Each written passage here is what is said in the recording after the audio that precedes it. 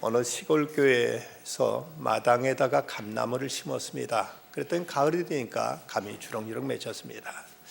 그런데 동네 개구장이들이 이 감을 채 익기도 전에 몽땅들 따가버리는 겁니다. 목사님 이걸 보고 고심하면서 24시간 계속 감나무만 지키고 있을 수도 없고, 또 더 설익은 감 먹고 배탈을 나면 그것도 안 될 것 같고, 고심하다가 저들의 양심에 호소하기로 마음을 먹었습니다. 그리고 감나무 있는 곳에다가 팻말 하나 세워놓고 거기다 이런 글귀를 써 붙여 놓았습니다. 하나님께서 모든 것을 보고 계십니다. 그렇게 문구를 써놨습니다. 그리고 이제는 이런 일이 없겠지 하고 기대했는데, 웬걸 자고 나서 보니까 감은 몽땅 다 따가버렸고 그 팻말에다 한마디 글귀를 더 써붙였습니다. 그러나 그분은 절대로 비밀을 지켜주십니다 하는 이런 내용이었습니다. 우리 교회에다도 그런 말을 써붙일까 하다가 아예 단념해버렸습니다. 요즘은 불신의 세대, 믿음을 잃어버린 세대라서 하나님이 보십니다 해도 사람들은 끄떡하지 않고, 오히려 CCTV 설치해 놨습니다 하면은 사람들이 조금이나 좀 관심을 가질지 모르겠습니다. 스위스의 정신의학자인 폴 드루니에는 인생의 사계라는 그 책에서 우리 인간에게도 그 봄, 여름, 가을, 겨울이라는 4개의 계절이 있다고 말했습니다. 10대와 20대는 봄철에 해당되고, 30대와 40대는 여름철, 50대, 60대는 가을철, 70 이후는 겨울과 같다 하고 이분은 그렇게 얘기합니다. 10대와 20대는 청운의 푸른 꿈을 안고 인생을 아름답게 새 출발하는 이런 시기라면, 이제 30대, 40대는 이제 뜨거운 정열과 열정을 품고 무엇인가 목표를 향해서 힘차게 달려가는 시기라고 말할 수가 있습니다. 그런데 이제 50대, 60대가 되면 비로소 지금까지 달려온 길을 돌아보고, 그리고 이제 내일을 내다보면서 무엇인가 이제 겨울을 준비하는 이런 시기가 이제 50대, 60대의 가을철이라고 말한다면, 이제 70대 이후가 되면은 그러면은 지금까지 열심히 살았던 모든 삶도 추억으로 남기고 서서히 쇠약해지는 그 모든 기력을 이제 잃어가면서, 그러면 서서히 깊은 이제 그 겨울로 동면에 잠기게 되는 것이라고 이분 이렇게 말하고 있습니다. 여러분들은 연세가 어떻게 되었고, 여러분 지금 어느 초를 살아가고 있다고 생각하십니까? 어떤 크리스찬 지도자는 말하기를, 그리스도인은 자기 때를 아는 사람이라고 이렇게 말한 수를 들었습니다. 철을 알고 때를 아는 사람, 지금 자기가 어느 시점에 있는지를 이제 살필 줄 아는 사람이 그리스도이라고 한다면, 여러분 어떤 시점에 있다고 스스로 자임하십니까? 기독교를 가르쳐서 계시의 종교라고 이렇게 말합니다. 계시의 종교란 아포칼립시스라는 이 계시라는 헬라어는 원래는 베일을 가린다, 베일을 걷어낸다는 이런 뜻을 가지고 있는 말입니다. 옛날 신부들이 결혼식장에서 면사포로 얼굴을 가리고 있다가 결혼식장에 들어서면 신랑이 면사포를 걷어 올림으로 비로소 그 얼굴을 보았던 이때가 있었습니다. 근데 요즘은 뭐 미리 다 볼 것 다 봐버렸으니 이제 신비로울 것도 대단할 것도 없는 이런 시대가 되어버렸습니다만은, 어쨌든 이 계시라는 말은 이렇게 이제 가려진 베일을 걷어낸다는 뜻으로서 자기를 현시한다, 자기를 드러낸다는 이런 말을 가지고 있는 뜻입니다. 기독교는 이런 면에서 철저히 계시 종교입니다. 그것은 인간이 스스로 노력해서 신을 알아가는 것이 아니라, 신이 하나님께서 당신을 우리에게 계시하시고 당신에게 우리에게 보여주시고 우리에게 당신을 나타내 주심으로, 그래서 우리로 하여금 하나님을 알고 하나님을 믿고 하나님을 섬겨가게 되는 것, 이것이 기독교 신앙의 특징이라고 말할 수가 있습니다. 계시라는 말에는 특별 계시와 일반 계시라는 말로 나눠집니다.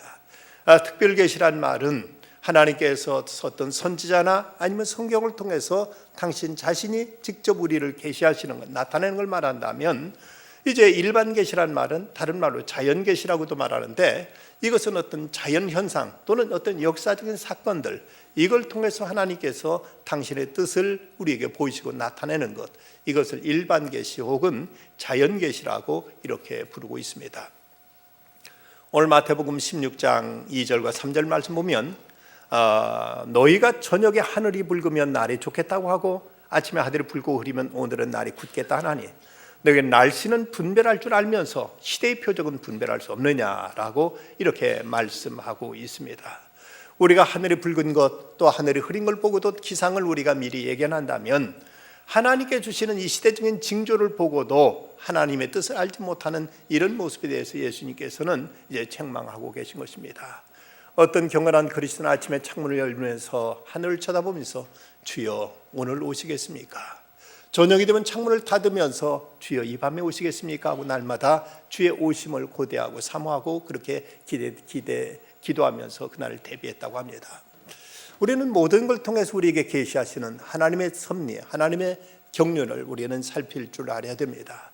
그런 의미에서 우리는 아침에 일어나 세수를 하면서도 하나님이 얼굴뿐만 아니라 내 마음도 깨끗이 씻겨주시옵소서. 아침에 우리가 식탁을 대하면서도 하나님 육신의 양식으로만 채우지 않고 영혼의 양식도 먹여주시옵소서 하고 기도하는 마음으로 우리 하루하루를 이렇게 우리는 대할 수 있어야 될 것입니다.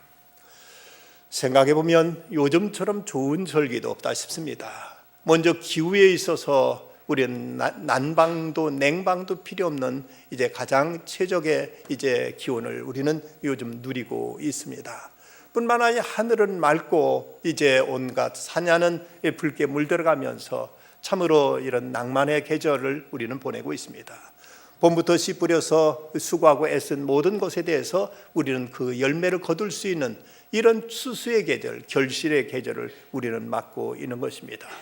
그런가 하면 이 가을은 어떤 이는 또 독서의 계절이라고 이렇게 부릅니다.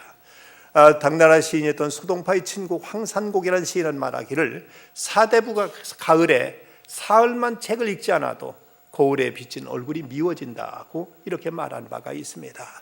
우리는 이 독서의 계절을 맞아서 다시 한번 깊이 하나님 말씀을 묵상하고 말씀을 가까이 하고 하나님과 깊은 교제 속에 살아도록 우리에게 계절은 우리에게 계시하고 있습니다. 이 가을을 이전부터 사람들은 상달이라고 불렀습니다. 이 10월을 상달이라고 해서 1년 12달 중에서 제일 좋은 절기, 가장 으뜸이 가는 절기라고 이렇게 말하기도 했습니다. 그래서 이제 시인 이은상 선생은 전쟁으로 핥히고 발기고 해도 가을만은 제자리에 두어두십시오. 기름 한 방울 나지 않아도 되오니 가을만은 제때에 두어두십시오라고 가을을 이렇게 예찬하기도 했습니다. 그렇다면 우리가 이 청명한 계절을 맞이하면서 하늘로부터 어떤 계시의 말씀을 우리가 들어야 될 것인가? 먼저 우리는 저 높고 풀어지는 저 하늘을 바라보면서 우리 마음도 저렇게 맑고 깨끗하기를 빌고 소원하고 기도하면서 그렇게 되도록 힘써야 될 것입니다. 성경은 말씀합니다. 마음이 청결한 자는 복이 있나니 그들이 하나님을 볼 것이며 마음이 깨끗한 사람이 하나님을 볼 것이라고 말씀하고 있습니다. 하늘의 태양은 언제나 떠 있습니다마는 구름으로 잔뜩 가려 있을 때는 우리는 한 줄기 빛도 보지 못하지만 그러나 맑게 개인 날 우리는 낮에는 태양을 볼 것이요 밤에는 달과 별을 볼 수 있듯이 하나님의 안 계심이 아니라 우리 마음이 더럽혀져 있고 어지러져 있어서 우리는 하나님을 뵙지 못하고 우리는 어둠 가운데 헤매고 있는 건 아닌지 우리 자신을 살필 것입니다. 그러면 마음이 깨끗하다는 것은 무엇을 의미할까? 철학자 키엘케고르는 그 의미를 이렇게 설명하고 있습니다. 우리의 의지가 단 한 대상만을 향해 들여지는 마음이다. 우리의 의지가 한 대상만을 향해서 들여진 마음이 깨끗한 마음이라고 말했습니다. 이 깨끗한 마음이라는 것은 어떤 무념, 아무 생각이 없는 것을 말하는 것이 아니라 한 마음, 나뉘어지지 않은 마음, 갈라지지 않은 마음을 성경에서는 깨끗한 마음이라고 이렇게 부르는 것입니다. 우리는 진정 우리 마음이 오로지 하나님만 향할 때 우리 마음은 성결해지고 우리 마음은 고결해지고 우리 마음은 청결해질 것입니다. 이 가을에 우리는 고 김현승님의 가을의 기도를 우리는 생각해 봅니다. 가을에는 기도하게 하소서. 낙엽들이 지는 때를 따라 기다려 내게 주신 교모한 모국어로 나를 채우소서. 가을에는 사랑하게 하소서. 오직 한 사람을 택하게 하소서. 가장 아름다운 열매를 위하여 이 비옥한 시간을 가꾸게 하소서. 이 맑고 푸른 하늘 앞에서 우리는 한 점 부끄러움 없기를, 우리는 저 하늘 앞에 우리는 흠이 없기를 우리는 바라고 소원하는 이런 기도와 결단이 우리에게 있어야 될 것입니다. 우리들의 마음을 더럽히는 것들은 어떤 것들일까? 욕심이 우리들의 마음을 더럽히고 거짓된 것들이 우리 마음을 추하게 만들고 있습니다. 자신을 속이고 이웃을 속이고 하나님을 속이는 마음, 물질과 또 명예와 이제 또 세상 권세에 대한 이런 탐욕이, 이런 것들이 우리 마음을 더럽게 합니다. 그렇다면 어떻게 우리는 이런 더러운 것, 우리 마음을 정결케 할 수 있을까? 무엇보다도 하나님의 말씀을 통해서 우리는 그리스도의 보혈의 공로를 우리는 의지하게 됩니다. 그가 빛 가운데 계신 것 같이 우리도 빛 가운데 행하면 우리가 서로 사귐이 있고, 그 아들 예수의 피가 우리를 모든 죄에서 깨끗하게 하실 것이요, 그 아들 예수의 피가 우리를 모든 죄에서 깨끗하게 하신다고 성경은 약속하고 있습니다. 주님 앞에 나와서 우리들의 죄를 잡아가고 회개하면서 그리스도의 보혈로 죄 씻음을 받게 될 때 우리는 비로소 청결한 마음, 깨끗한 마음으로 의롭다함을 얻게 될 것입니다. 그렇지만 우리가 또 일상생활에서 우리가 수없이 죄에 오염되고 때묻고 우리가 더럽혀질 수 있는 이런 삶을 어떻게 우리는 청결하게 지켜갈 수 있을까? 디모데전서 4장 5절 말씀 보면 하나님의 말씀과 기도로 거룩하여짐이라고 이렇게 말씀하고 있습니다. 하나님 말씀을 날마다 묵상하면서 주님과 깊은 교제 안에 살아가게 될 때 죄가 우리에게 이제 접붙지 못하게 되고, 불의하고 더러운 생각들이 우리를 이제 오염시키지 못하고 우리로 하여금 거룩하고 경건한 생활로 우리를 깨끗게 해줄 것이라고 말씀하고 있습니다. 감리교 목사이면서 문필가로서 이름을 날리고 있는 이현주 목사님은 이런 기도를 주님께 드리고 있습니다. 오늘은 지나친 욕심 하나 발견했습니다. 소원 같은 소원, 욕심 한번 지나쳐도 내 볼만한 욕심 하나 발견했습니다. 주님, 저도 명명백백하게 살고 싶어요. 털고 또 털어도 먼지 한 톨 나지 않는 맑고 투명한 인간으로 되고 싶습니다. 과연 그렇게 될는지 그거에 제가 알 수 없지만 그런 소원 하나 품고 사는 거야 안 될 것도 없잖아요. 주님, 저 그런 사람 되고 싶습니다. 재물 같은 것 없어도 좋고 명예도 권세도 그 무엇도 마찬가지예요. 다만 세상이 거짓으로 만들어 씌운 오명과 허물에 조금도 더럽혀지지 않는 맑고 투명함으로 저에게 주어진 길을 가고 싶습니다. 지나친 욕심일까요? 그래도 할 수 없습니다. 이 소원 하나 품고 제 죽음 맞이할 것입니다. 여러분 무엇을 소원하고 계십니까? 무엇을 여러분 이 가을에 기도하시겠습니까? 먼저 우리들의 마음이 깨끗해지기를, 우리들의 영혼이 청결해지기를 먼저 하나님 앞에 소원할 것입니다. 그러면 가을은 결실의 계절입니다.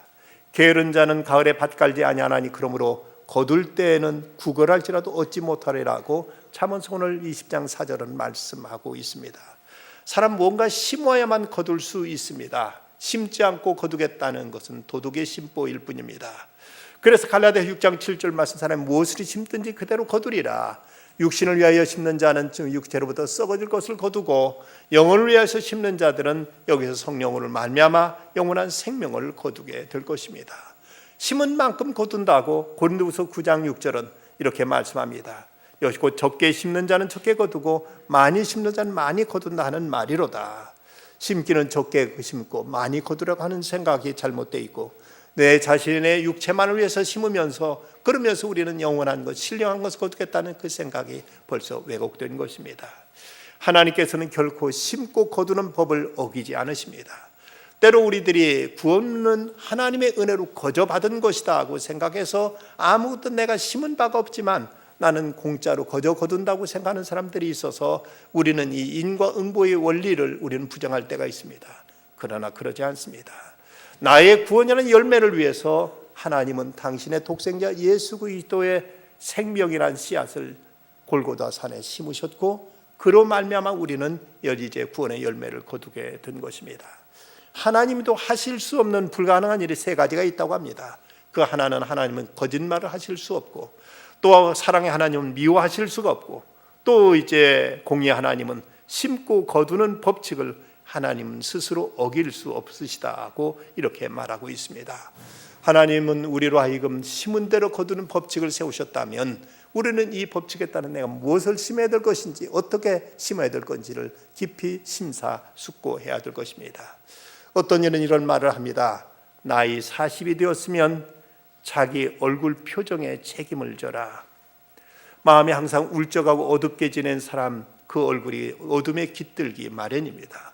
그러나 밝고 기쁘게 항상 환한 낯으로 살아가게 되면 그 사람의 얼굴이 본래 잘생겼든 못생겼든 이걸 떠나서 항상 그 얼굴 빛에는, 이제 얼굴에는 빛이 감돌게 될 것이고 기쁨이 항상 깃들면서 모든 사람을 반기게 될 것입니다. 우리의 얼굴을 스스로 책임져야 된다면 우리는 어떤 낯으로 살아가고 있는가도 생각해야 됩니다. 또 50이 넘었거든 주변 환경에 책임을 지라는 말도 합니다.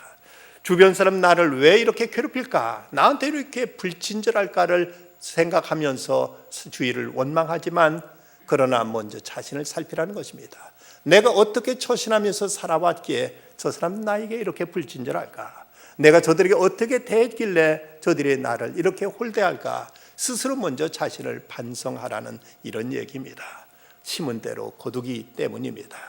실패하고 좌절한 젊은이가 큰 선생을 찾아가서 자기 운명을 탓하며 온 세상 온통 도둑놈 소굴이라고 이렇게 불만을 터뜨립니다. 그러자 선생은 마룻바닥을 치면서 호통을 내립니다. 이 도둑놈아 물러가라 하고 이렇게 치니까 이 젊은이는 황당하면서, 아니 선생님 왜 내가 도둑놈이란 말입니까 하고 이렇게 항변합니다. 그런데 이 선생님 말을 있습니다. 세상의 도둑놈 가운데 제일 큰 도둑놈은 씨 뿌리지 않고 열매를 먹기 바라고, 인내하지 않고 성공의 기쁨을 누리길 바라고, 기도하지 않고 얻기를 바라는 놈이다 하고 이렇게 일갈하더라는 것입니다. 무엇을 우리가 얻기를 기대하고 있고 무엇을 너희가 바라고 소원하고 있는지, 그걸 위해 합당한 노력과 수고를 우리가 쏟았는지 먼저 자신을 살필 일입니다. 그렇다면 그리스도로서 우리가 맺어야 될 열매는 어떤 열매일까? 먼저 무엇보다도 우리들이 인격과 도덕의 모습으로서 이것은 성령의 열매를 생각할 수가 있습니다.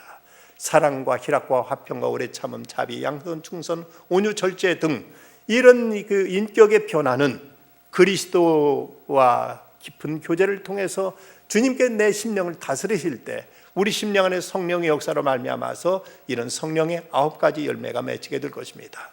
또 하나 우리가 맺어야 될 열매가 있다면 이제 생명이라는 전도의 열매를 생각할 수 있습니다. 의의 열매는 생명나무라, 지혜로운 사람은 사람을 얻느니라고 말씀했습니다. 예수의 제자들을 부르실 때 처음 하시던 명령은 나를 따라오너라, 내가 너희를 사람 낚는 어부가 되게 하리라고 말씀하셨습니다. 우리를 부르신 이유가 사람 낚는 어부가 되게 하기 위해서 우리를 부르셨다면 오늘 어떻게든 한 생명이라도 건져서 저들 주님 앞에 인도하여 저들의 영을 살려내는 일, 이것이 맺어야 될 우리들의 열매임을 우리는 잊지 말아야 됩니다.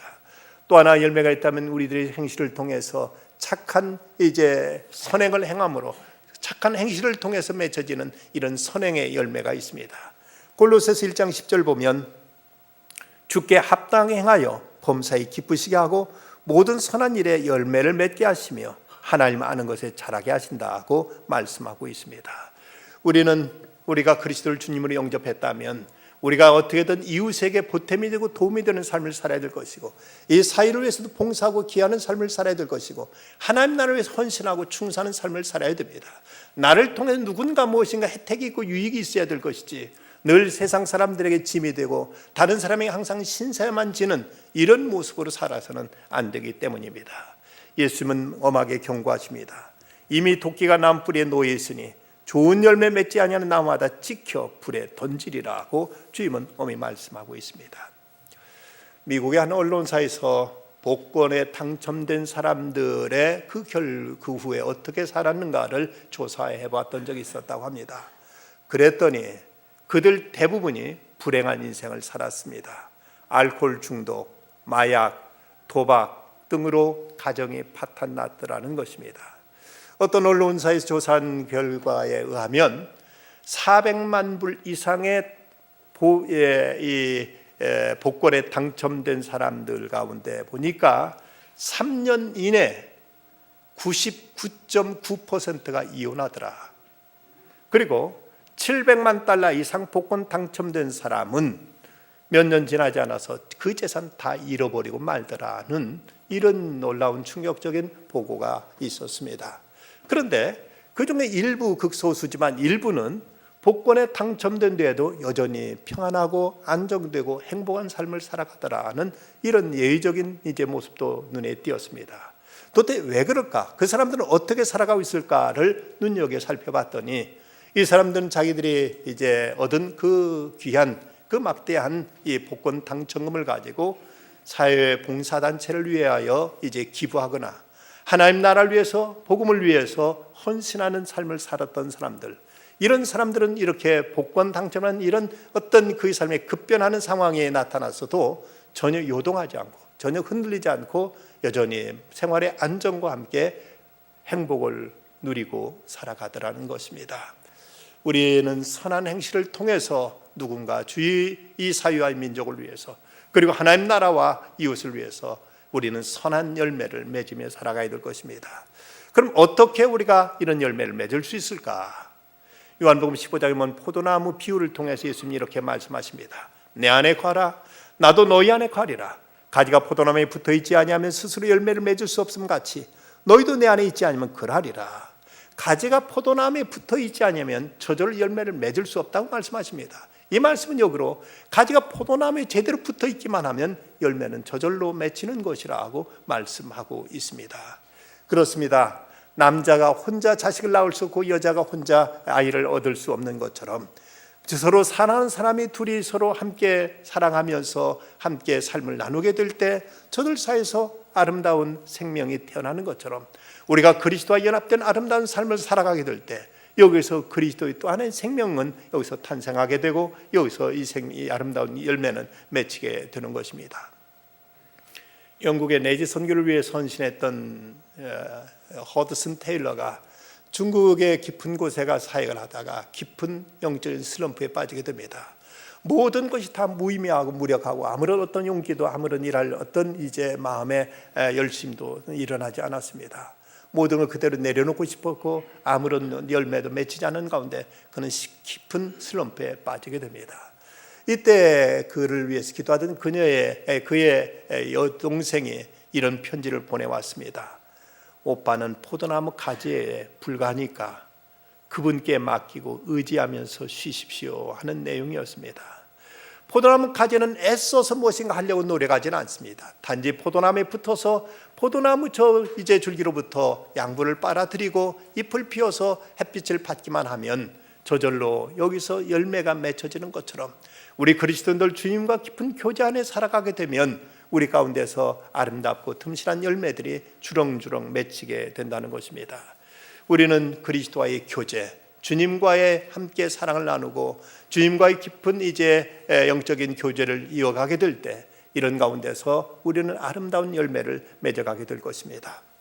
그런가 하면 가을은 또한 낙엽의 계절이기도 합니다. 선선한 가을 바람이 불다 보면 어느덧 단풍잎들이 우수수 처량하게 떨어지는 모습을 볼 수 있습니다. 봄부터 파릇파릇 싹 틔워서 여름에 그렇게 풍성하게 그렇게 이제 활짝 펴놨던 잎들이 차가워진 가을 바람에 한 잎 두 잎 떨어지면서 이제 가랑잎으로 쌓이게 됩니다. 사도 베드로는 이사야서를 인용해서 이렇게 말했습니다. 모든 육체는 풀과 같고 그 모든 영혼 풀의 꽃과 같으니 풀은 마르고 꽃은 떨어지되 오직 주의 말씀은 세세토록 있도다. 실로 가을은 모든 것의 진상을 그대로 드러나게 하는 계절입니다. 종교적으로는 만물의 심판의 시기이기도 합니다. 아름답게 보이던 산과 그리고 그 초목들이 이제 벌거벗은 듯 그 모든 속살을 드러낼 수밖에 없는 것이 바로 이 가을이 또 우리에게 보여주는 또 하나의 교훈입니다.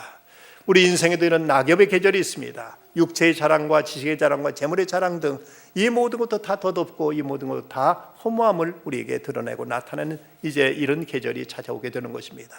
봄이 가면 여름이 오고 여름 가면 가을이 오듯이 가을이 지나면 이제 겨울을 향해 나갈 수밖에 없습니다. 인생의 노년기도 금방 찾아왔다 이내 이제는 또 다른 영원한 동면으로 나아가게 될 것입니다. 풀은 마르고 꽃은 떨어집니다. 인생의 영광이 풀의 꽃과 같습니다. 그러나 주님의 말씀은 영원하기에 주의 말씀 가운데 거하는 자는 바로 영원한 생에 잇대어서 살게 될 것을 말씀하십니다. 그 영원한 삶 앞에 우리는 어떻게 오늘을 살아갈 것인가를 우리는 깊이 고민하며 바르게 결단해야 될 것입니다. 저 중국 흑룡강 성에 한 그곳에 살던 한 의사의 이야기가 있습니다. 그곳에 한 남자는 밭에다 콩을 심었더니 많은 콩을 거두었습니다. 한 여자는 밭에다가 보리를 심었더니 많은 보리를 거뒀습니다. 그런데 그 살던 한 아이는 사랑을 심었습니다. 그러나 거기에는 어떤 결실이 눈에 띄질 않았습니다. 그럼에도 거듭 사랑의 씨앗을 심는 그를 보고 주변 사람들은 그에게 물었습니다. 너는 거둘 수도 없는 열매도 맺지 않는 사랑을 왜 계속 그렇게 심느냐? 그랬더니 이 아이는 이런 대답을 합니다. 사랑은 주기만 하는 거잖아요. 받을 걸 생각하면 이미 그것은 사랑이 아니래요. 그 오랜 세월이 지나 한 남자도 한 여자도 먹고 사는 사람에 불과했지만 이 아이는 커서 그 도시에서 제일 가는 의사가 되었습니다. 의사가 되었어도 그는 계속 사랑을 심었습니다. 찾아오는 환자들을 그렇게 친절하고 따뜻하게 대했고, 때로 돈 없는 환자들은 그냥 무상으로 치료해주면서 그냥 돌려보내기도 했고, 그 의사의 부인은 그 병원에 찾아오는 환자들에게, 오는 모든 내방객들에게 이제 따뜻한 차를 대접하고 또 이제 기름진 음식으로 먹여주면서 저들을 정성껏 보살폈습니다. 거듭거듭 이렇게 사랑을 심었더니 그 도시는 사랑의 꽃밭으로 점점 바뀌어가기 시작했습니다. 이 의사는 계속 사랑을 심었는데 나이가 들어서 끝내 그는 세상을 떠나게 됩니다. 그 도시 모든 주민은 누구나 할 것 없이 그의 죽음을 애통해하며 모든 사람들이 다 몰려들어서 그의 죽음을 애도하며 그의 장례에 참여했습니다. 이제 주민들은 서로 얼굴을 맞대며 무언의 다짐을 했습니다. 5일 동안 생업을 다 이제 내려놓고 이제 그 의사의 죽음을 의도하면서 성대하게 장례를 치렀습니다. 그리고 그로 인해서 그 마을에는 오래도록 그 의사가 남겨준 그 사랑의 향기로 인하여 많은 사람들이 큰 감동과 함께 그곳을 아름다운 마을로, 그곳을 사랑의 향기 진동하는 이런 고을로 바꿔놓을 수 있었던 것입니다. 여러분, 해맑게 피어난 코스모스를 보면서 향기 그간의 저 국화를 보시면서 여러분 무엇을 생각하십니까? 봄에 피어나서 아름답게 피어나는 그 화려한 꽃들, 여름에 그 무성하게 이제 온누리를 꽃으로 장식하는 많은 꽃들이 있지만, 그러나 그 꽃이 주는 의미와 그 향기는 가을의 꽃과 비교할 바 못됩니다. 이 청소년기와의 그 청순함도, 젊은 날의 그 뜨거운 정열과 그리고 삶의 투지도 이제 노년이 되어서 모든 것을 탈관하고 모든 걸 헤아리는 아량과 그리고 포용, 그리고 인생의 모든 깊은 내면을 투시하는 그 이제 노년기의 그 지혜와 그 깊은 마음에는 비교할 바가 못 되는 것입니다. 어떤 이는 가을을 심판의 계절이라고 말합니다. 그것은 곧 적게 심은 자는 적게 거두고 많이 심은 자는 많이 거두는 것처럼, 게으른 가운데서 아무것도 심지 못한 사람은 이 가을에 아무것도 거둘 것 없거니와 열심히 땀 흘려 많은 것을 심은 사람에게는 거기에 대한 응분의 보상과 거기에 대한 대가가 주어지기 때문입니다. 우리는 과연 무엇을 심고 무엇을 이 겨울에, 이 가을에 거둘 것인지. 어떤 무위탁 병사가 전쟁에 출전하면서 이 격전지에서 어쩌면 아무도 묻어줄 사람 없을지도 모르는 나의 시체가 앙상하게 썩어 뼈만 남을 때 거기에서 아름다운 꽃의 향기를 날렸으면 하는 마음으로 그는 전쟁터에 나가면서 그 전투복 양쪽 주머니에다가 가득히 코스모스 씨앗을 가득히 담고 전쟁터에 갔습니다.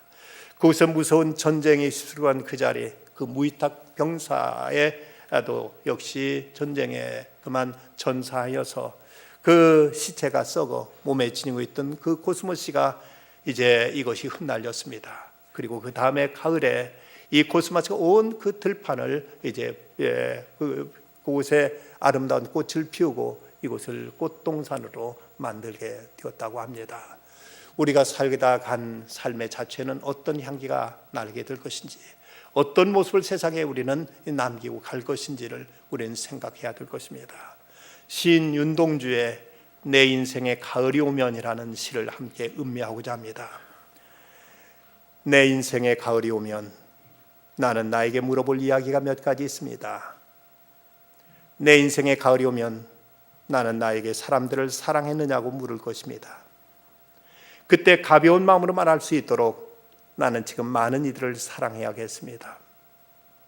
내 인생의 가을이 오면 나는 나에게 열심히 살았느냐고 물을 것입니다. 그때 자신 있게 말할 수 있도록 나는 지금 맞이하고 있는 하루하루를 최선을 다하여 살아야겠습니다. 내 인생의 가을이 오면 나는 나에게 사람들에게 상처를 준 일이 없느냐고 물을 것입니다. 그때 얼른 대답하기 위해 지금 나는 사람들에게 상처 주는 말과 행동을 하지 않아야겠습니다. 내 인생의 가을이 오면 나는 나에게 삶이 아름다웠느냐고 물을 것입니다. 그때 나는 기쁘게 대답하기 위해 지금 내 삶의 날들을 기쁨으로 아름답게 가꾸어 가야겠습니다. 내 인생의 가을이 오면 나는 가족에게 부끄러움이 없느냐고 나에게 물을 것입니다. 그때 반갑게 대답하기 위해 나는 지금 좋은 가족의 일원이 되도록 내 할 일을 다하면서 가족을 사랑하고 부모님께 순종하겠습니다. 내 인생의 가을이 오면 나는 나에게 어떤 열매를 얼마만큼 맺었느냐고 물을 것입니다. 그때 자랑스럽게 대답하기 위해 지금 나는 내 마음밭에 좋은 생각의 씨를 뿌려 좋은 말과 좋은 행동의 열매를 부지런히 키워야겠습니다. 이 깊어가는 가을을 보면서 우리는 무엇을 생각합니까? 올해도 벌써 4분의 3이 지나가 버리고 말았습니다. 이제 석 달밖에 우리에게 주어지지 않은 2015년 이 가을을 맞이하면서 우리는 하늘로부터 들려오는 주의 음성에 귀를 기울일 수 있어야 되겠습니다. 주님은 말씀하십니다. 너희는 넉 달이 지나야 추수할 때가 이르겠다 하지 아니하느냐. 그러나 나는 너희에게 이르노니 너희 눈을 들어 밭을 보라. 희어져 추수하게 되었도다. 지금은 추수의 때요 낙엽의 계절입니다. 이제 머지않아 죽음과 더 깊은 정막에 잠기는 겨울은 다가올 것입니다.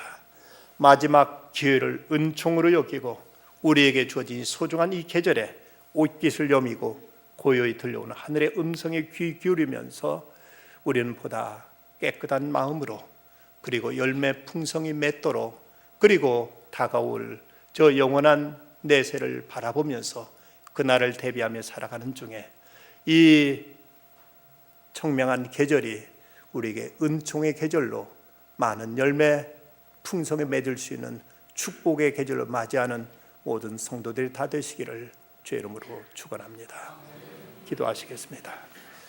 거룩하신 아버지 하나님, 오늘도 거룩한 성일 주 앞에 나와 주의 음성에 주의 말씀에 제 심령을 일깨워 주심을 감사합니다. 이런 계절을 통해서 주님은 저에게 어미하신 하늘의 음성을 들려주시오니 하나님이여 저 푸른 하늘 앞에 부끄러움 없이 살아가게 하여 주시고 아라리 열매 맺는 저 과수들을 보면서 저에게도 주 앞에 드릴 열매 있도록 저희들이 하루하루를 성실하게 살아가게 하여 주시옵소서. 이 땅 영원히 살 곳 아니고 그 저희가 부른 하나님께 부르신다면 저희들은 천국으로 옮겨가 살아야 될 사람이기에 그 날을 대비하면서 오늘 하루도 믿음으로 경건히 살아가는 저희들 다 되게 하시사 저에게 다가오는 겨울은 춥고 처량한 계절이 아니라 따뜻한 안식의 계절로 맞이할 수 있는 저희들 되게 하여 주시옵소서. 우리 주님 예수 그리스도의 이름으로 간절히 기도드리옵나이다. 아멘.